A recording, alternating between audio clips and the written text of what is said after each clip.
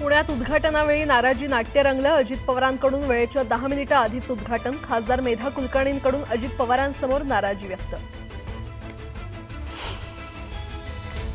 मुंबईतील हुतात्मा चौकात राज ठाकरे आणि सुप्रिया सुळेंची भेट। दोघांचाही एकमेकांसोबत संवाद।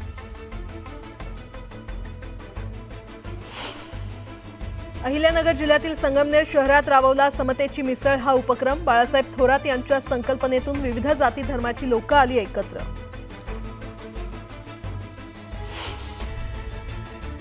एलपीजी सिलेंडरच्या दरात आजपासून कपात। 19 किलोचा व्यावसायिक सिलेंडर स्वस्त झाल्यानं दरात 17 रुपयांची कपात।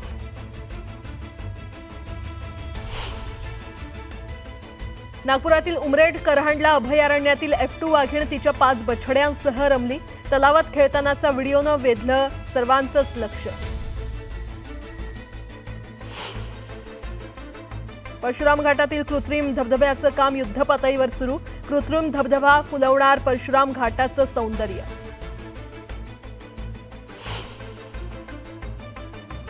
मावळमधील कासारसाई धरणातील पाणी पातळी खालावली। धरणातील पाणीसाठा 27%वर। नागरिकांना पाणी जपून वापरण्याचं आवाहन।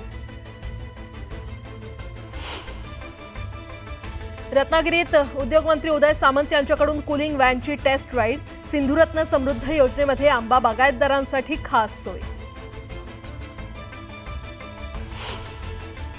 दापोली आगारातील 35 जुन्या बस काढल्या भंगारात। बस भंगारात गेल्यानं अनेक गावातील बस सेवा रद्द करण्याची वेळ। नवीन बस उपलब्ध करून देण्याची प्रवाशांची मागणी।